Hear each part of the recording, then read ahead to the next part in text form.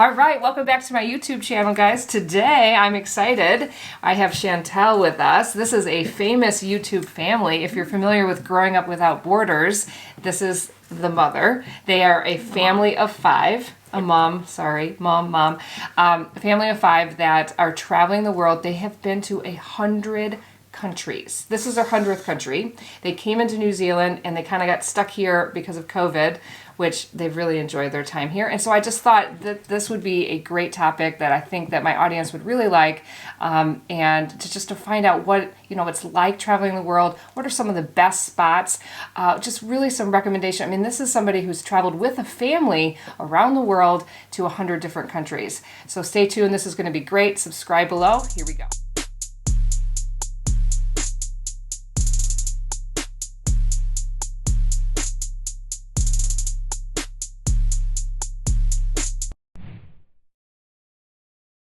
Right, here we go. I'm so excited to talk about this. So this is Chantel. Why don't I just have her introduce a little bit, tell a little bit about her story, and then we'll jump in. All right, well, we set off for what was supposed to be like a 5-week holiday to Europe back in 2013. Our kids were 5, 7, and 9. We arrived in Europe, and after 5 weeks, we loved it, you guys. Like, we just did not want to stop. And because we work from home, we're digital nomads, we could technically live anywhere. So we were like, let's just continue on. So 5 weeks turned into 3 months.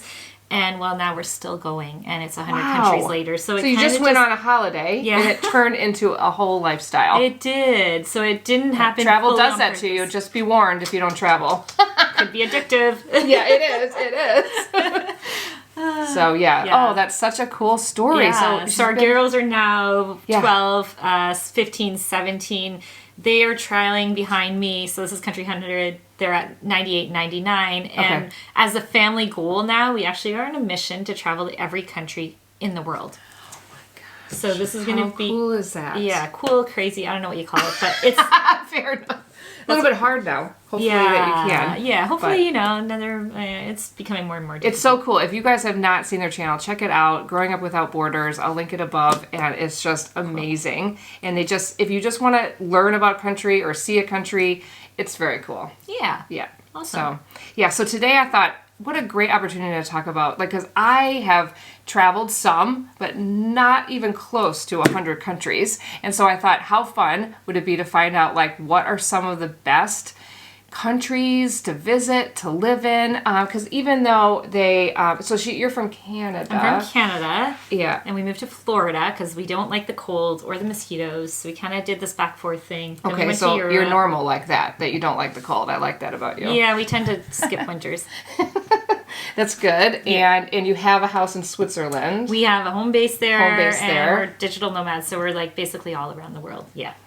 Digital nomads as a family of 5. Yeah. So think about that for a minute. I always think that people are hesitant to do things because they have kids or they have a family, but that's just not the case. Well, and you know what? The kids become very adaptive. So a lot of people, once you're in a routine, it's really hard to pull the family out of it. If they're with their friends every single day, that's a really hard thing to pull them out of. I think we have the advantage that we started a little bit younger, and our kids kind of have that as their new normal. They're normal. They don't know any different. Normal. Yeah. Yes. So it's not as tricky as it might be if you're thinking of doing the same thing. But if you give it as a short time and their kids know, right, we're doing it from this time to this time, everybody's usually on board and it's all good. Yes, and that's what we did the first time we moved here. It was 2 years, and everybody was born, and it was a great experience. What I've noticed about traveling with family is you're all kind of going into a new place, and so you just only have each other. Yeah. And so I just noticed how close you get as a family. I don't know if you've experienced that.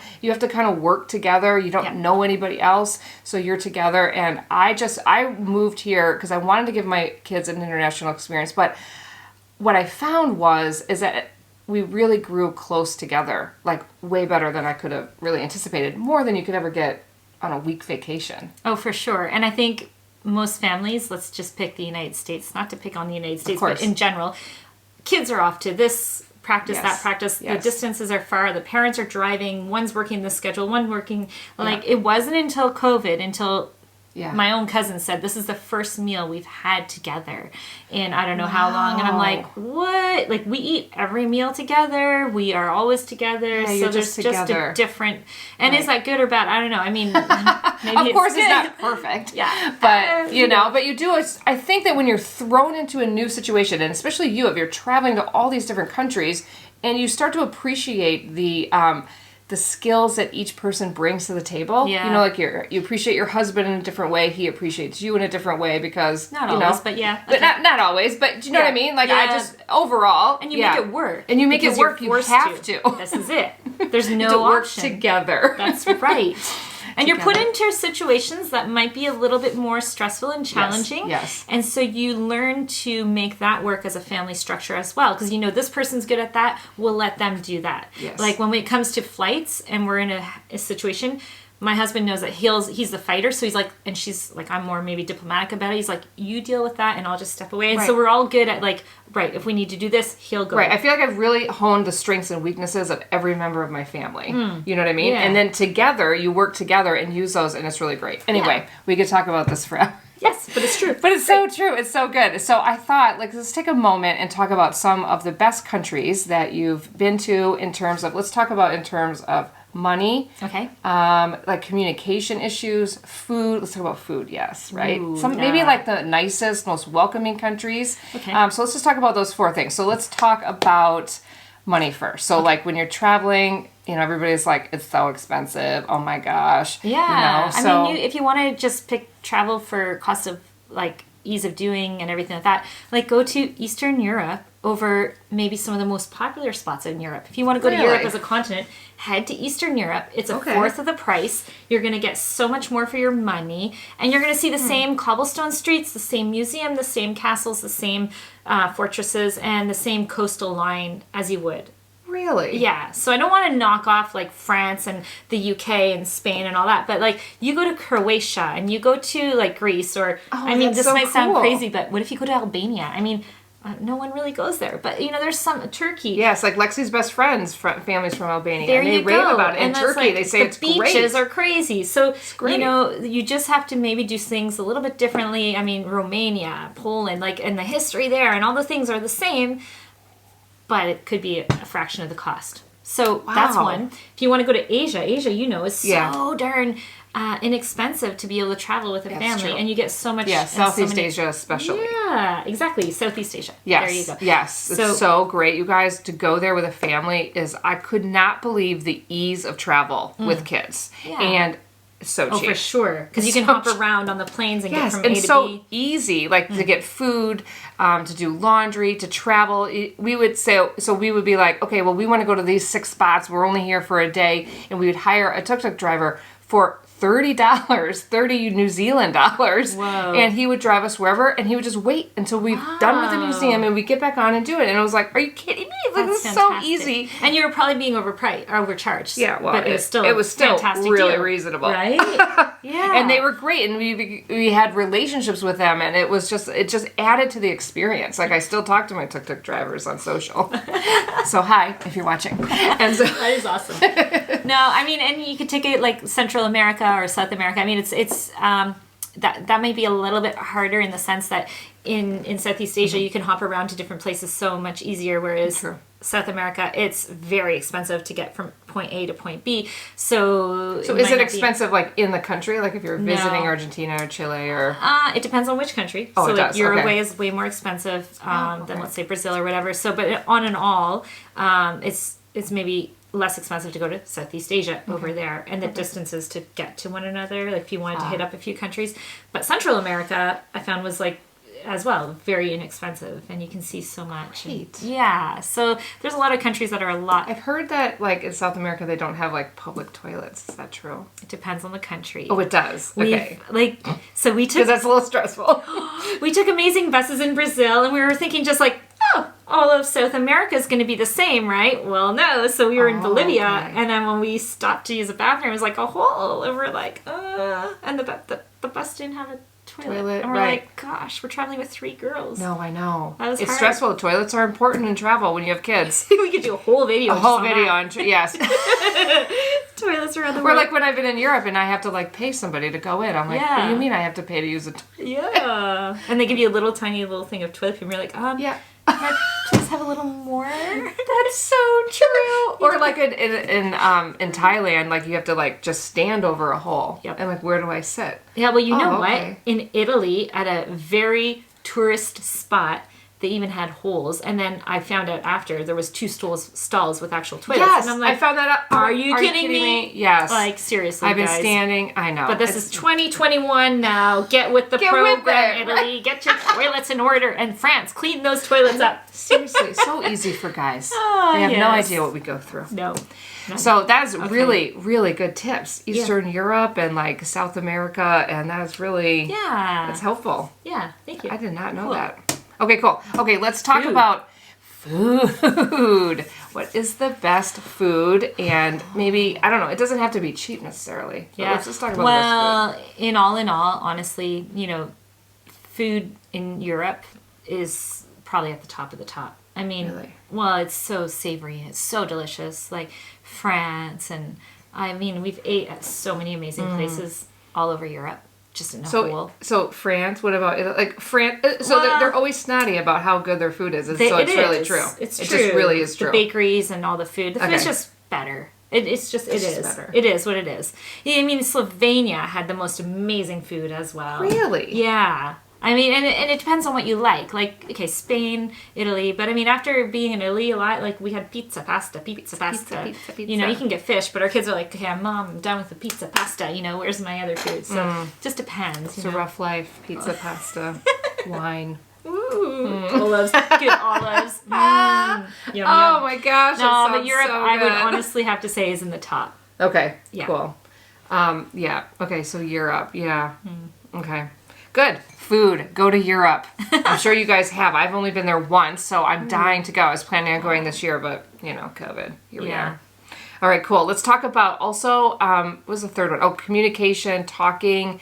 Like obviously if they speak English or not English. Is there any like tips in terms of that? Because that's stressful with a family. This is funny because there are a lot of countries that even if the people speak the language, like I don't want to pick on France and Italy, but I will. Because I just said something good about it. So there you go. There you go. Well, I you said- can't be perfect. Yeah, You can't have but food you go and- there, and even though they might speak a bit of English, if you don't give it a go and try to speak their language, they're gonna like snuff you up and be like, "We don't speak your language," and it's just it is what it is. Whereas Yeah, you can go to you've all heard the that, Eastern European countries, you can go all to the Northern European countries, and they'll speak English to you. They learn English in And they don't school, care? and they don't care, And they don't they'll get be like nice snotty about it. They do not. Okay, so they're Yeah. cheaper and they're Yes. nice. Yes. And you can speak Yes. English. There you Yes. go. So if that's a big thing for you and you Yeah. don't want to be like stuck on the side of the road somewhere and be able to communicate, Yeah. there you go. And I mean like in Eastern, like Southeast Asia and Central America, I mean, we learn to speak the language wherever we go, so we will try our best. Okay.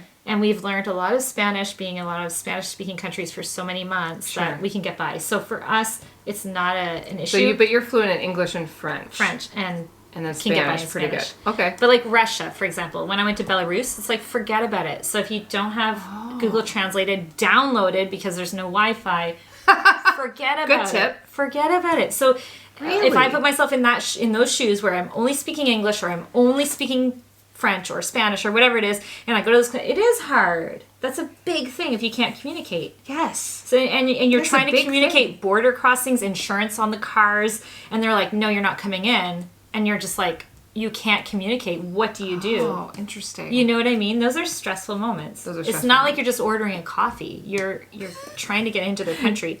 So it's important to either download Google Translate or have some Okay. kind of, or just travel to those countries that you know they're going to speak your language, if that's a big deal for you. Okay, but since you've been to 100 countries, wouldn't you say that any country that generally speaks a different language would appreciate you knowing their language a bit? Yeah. Like, I mean, I've noticed that. Yeah, but for example, in Greece, Yeah. I was trying to be like, oh, I'm so excited to go. I'm going to learn a few words, Yeah. And everyone spoke English, and they were so happy to practice with you speaking Oh, English. that's interesting. Yeah, so there wasn't that, know. Yeah. Yeah. Oh, so if someone want to practice, I go guess to it de- Greece. There you go. Yeah. I want to go to Greece. That sounds great. I want to go back. Okay, cool. And then how about in terms of welcoming a Westerner, a Canadian American, welcoming how nice they are. Like, how about that? I just think that's interesting if you've been to so many countries. Yeah, that is a huge one. And where we felt the most welcome in the whole world. Whole world, 100 Other countries. than home in Canada. Drum roll. Because, Here we go. honest to God, it's been New Zealand, El Salvador, and Mexico, and probably Spain. Really? Yeah, I don't know why, but So Spanish-speaking countries in New Zealand. yeah. Really? Yeah. I agree. I mean, I have been to Mexico a lot. I haven't been to really much outside of Mexico, but the nicest people. They're the nicest people. They're friendly and happy and bubbly and welcoming. But genuinely nice. Yeah, yeah, like, yeah. Generally care. Yeah. Like, just really nice. Yeah. Smiley, happy. Best service. Just everything. And they just welcome you in. And we have never felt so welcome other than in New Zealand, we felt so welcome. And I'm not sure if it's because we've been here so long and because we have a YouTube channel and people are messaging us, but we feel the love like there's no other. And it's amazing. New Zealand's amazing for visiting and living, as you know from watching my channel. But it's really great. So, that's so interesting that those are the places that are the most welcoming. Yeah, I would say, for sure. That's cool. And sometimes you might go to a country and you just don't feel that. And it could be just their way of being and their culture, but you get that kind of like, ooh, like in... Yeah, so where do you feel like the most like... like many of like the French cities, because okay. people are just, and it's just, they're not being mean, it's just the way they are. Oh, right. It's just the way they are. A lot of the European, like if, let's say Serbia, people might come across as like short, and it's just, again, it's their culture. It's not that they're not Right, like it's just how they friendly, bubbly, but most Latino countries are more relaxed and that's welcoming true. and happy and bubbly and festive and, so you just feel more relaxed in those countries. And I like being relaxed. I don't like being uptight. Southeast Asia is great. Yeah, it's just like anytime you go to like, more of a communist country, it is challenging. Like when we went to Belarus, we can only travel. They gave us a map to where we could go, and we were not allowed to go. And you're on edge. You're like, ooh, I better abide, It's just not a good feeling, is it? You want to know one of the hardest countries I had to get into? No, which? Canada. Canada. True story. One of the hardest countries I tried to get into, the U.S. Are you serious? I was detained, fingerprinted, and photoed, and I was told you will never enter the United States of America. And I was told it was a privilege, not your right as a Canadian. I'm like, aren't we allowed to come into your country? Like, Are you serious? I am not joking. I was like, every time I cross that border, I'm so like, my heart starts racing. Yes. I get so scared, and I'm like, oh my gosh, what's gonna happen this time? Yeah, because they changed the rules, and like I know. Okay, so like we're neighbors, man. We should get along. What is going on? And I know. So like we went into what happened with me. It was like it was scary because they were letting us in, but they were questioning my children, and they wouldn't let me be involved. And they wanted to ask them directly, "Is this really your mother? Is this really your father?" And they're asking like questions, and they wouldn't let me. And I'm like, bizarre. "Hold on, what is happening here?" Because I had the passport, but I also needed the birth certificate. I mean, I'm going to Canada. For Canada. I was like, so you need that in South Africa, but Canada? Yeah, it was. I don't know. It was maybe. I don't know. Maybe it was just the people I had. Sometimes it's just your experience. Maybe other people have different experiences. Look at your face. I'm intimidating. And look at your kids. I mean, they don't look anything like you. They kind of don't. They do, actually. You think they do? Oh, you can tell they're your kids. Okay, Absolutely. but they're really young and they're scared to answer. That's you just get Mama Bear comes out like step off. Like maybe I don't even want to come to your country. Wow. Here we are. I'm sorry. I'm apologizing as the Canadian government. Thank you for that. Okay, well that's so good. That's such good information on kind of where to travel in the world on different variables like price and food and ease of travel and that sort of thing. So that was really, really helpful. I hope so. I just think it's really, I just kind of want to end with let's just talk a little bit about traveling as a family. Like I kind of mentioned in the beginning, people don't travel because they have kids. But I think you've just traveled to 100 countries, so I think you feel differently. Yeah, I mean, it's funny when it's your normal, because when people ask, like, what was it like? Well, it's like, that's just kind of what we do. It's kind of like if you guys do your 9 to 5 and you go to work every Right. day. It's just our normal. So it seems normal to pack up. It seems normal now to live out of a suitcase. We've been literally living out of a suitcase for over a year, like I think almost 2 years. Yes. Our kids don't unpack anymore. I mean, it's just crazy when I think about it. When you think about it, when you say we don't it. accumulate all this stuff, and it's just like it's kind of nice. our normal. It is, but it's sometimes nice to Yeah. have like stuff in home. But I don't know. Like, But you have a home base, so they travel for like Yeah, but 8 it's or not 9 really- months, and then they go and Yeah. they stop It's for a just- couple months. Yeah.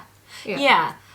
And I would say, as a family, when you're traveling, I'm not sure if we're just lucky, protected, we've got guardian angels around us or something. right. But as a family, I think people around the world respect family. They respect the family unit. Oh, Even if interesting. people are bad and out to do wrong, they somehow respect that family unit, and you're somehow protected from that versus being maybe a solo traveler or maybe a couple, an elderly couple traveling.